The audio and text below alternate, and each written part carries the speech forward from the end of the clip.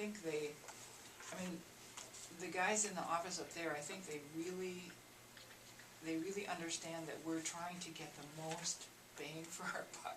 We're trying to get the most, we're not just spending this money to have it be gone, we're trying to get as much as we can get done with that grant money. And so that's why they're willing to give us the 6 more months to do it. So then a lot of that work should be done. Yeah, I think a lot of it they intend to do this winter just because it's easier to do it when the ground's frozen and. Except for we had to get all the permits in place for working the trout stream. So do we have to have a motion? Yes. Yeah. I'll make a motion that we extend it to June 30th, 15. I'll second it. Motion by Mr. Colemanson, seconded by Mr. Hansi. Any questions or comments? All in favor of the motion say aye. Aye. Opposed? Motion passes, thank you. 8E, consideration of approving applications for 2015 on-sale and Sunday liquor licenses, 3.2 off-sale license, off-sale liquor license, and tobacco licenses contingent upon appropriate application forms, state forms, and insurance certifications being filed at the city clerk's office. The attached license renewal list. Same list as last year, I guess. Yep. Pretty much. Except for River, no, what's the one on the corner? Linden Linden Bridge Bridge, yeah. is missing. I'll move to approve it. Second. Motion by Mr. Hansi, second by Mr. Dahl. These license renewals, how often do we look at those? Are they equitable, are they fair, up or down, or? Do we just do that every year? For a raise? We do it every, Too simple? no, we approve these every year, but just wondering, are the rates established by state law or state statute or something, and we're just following that, or? Some of them are like the Sunday liquor, you can't charge more than 200 for that, but the other rates are rates that have been set by the city in past years, and they haven't been changed for, long time. Long time. You know, we have the nonprofit rate for the Legion. I don't remember how long it's been in place, but it's been a long time since we've raised them, but generally in January, February of each year, you get a whole list of all of our rates and all the things we charge for, and kind of look at them all then, but each town charges differently, you know.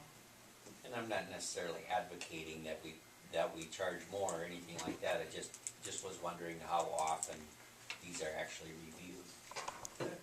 The fee if you want to look at, you know, changing that or whatever, you'd have to do it in January of 2015 for the upcoming year. These businesses have already budgeted this Yeah, amount. they right. already have paid, a lot of them have already paid the fee. So we for can look, if you wanna 2015. look at what other cities are doing, we can provide a spreadsheet for the council in January. And if nothing else, we can use that to, if we're charging less, we can just tell Or it to people. We can just tell it to people. If we're charging too much, Right. I don't know. We might be high, we might be low, I don't know. It's a function of how much money it costs for us to Process this stuff. not only process, but monitor the activity. Because, you know, you go in with underage buys, and you gotta do training for these folks. Say Adam does training. Yeah. So usually there's once or quite a bit year that comes or into it, every year. but that might be another good question for the chief, is if he thinks that it's an equitable amount for the kind of work that he typically has to do. Is that something that's done every year? You set the rate every year, yes. So the training? The training he does every year. There's usually some kind of training he's doing every year. Chief And then is- if they're new employees, they have to be trained, certified. Any other questions?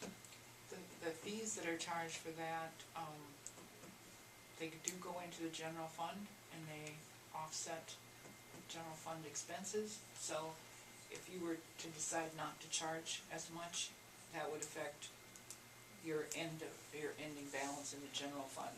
That's not a huge amount of money, but if you're taking $1,000 worth 5 times or whatever, it'll count up, but, cause it does go into general fund. Okay. Okay. Anybody else? All in favor of the motion, say aye. Aye. Opposed? Motion passes, thank you. 8F, consideration of adoption of a sign retroflectivity. That was fun.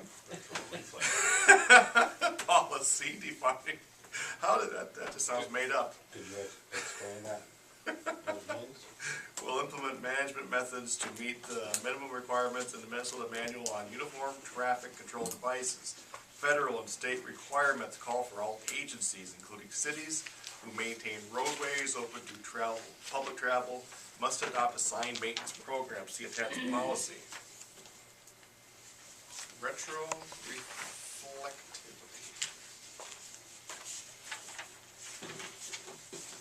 They've already replaced quite a few signs. They have a new Facebook page. There you get it. What do we need here?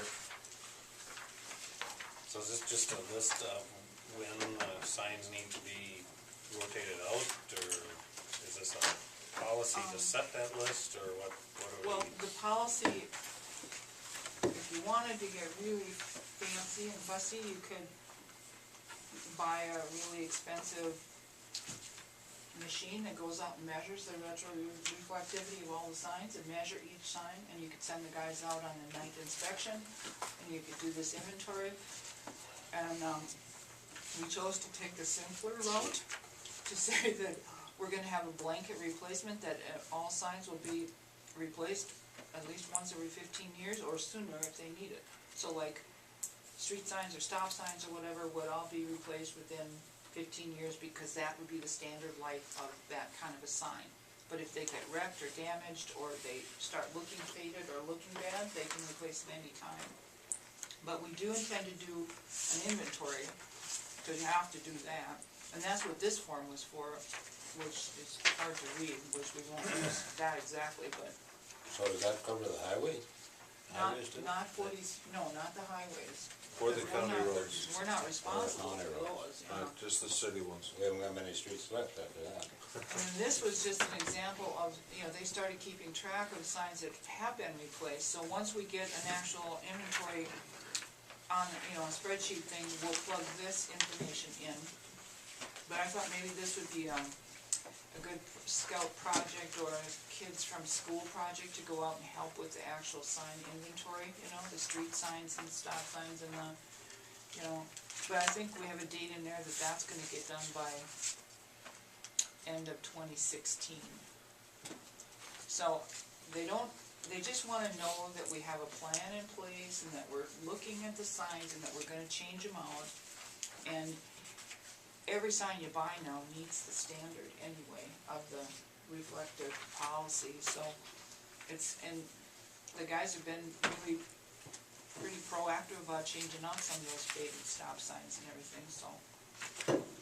This is just to have a policy in place so we can Well, follow up and, while we're talking about signs, there are 2 signs on the bridge over to Brooklyn, stick out quite a ways.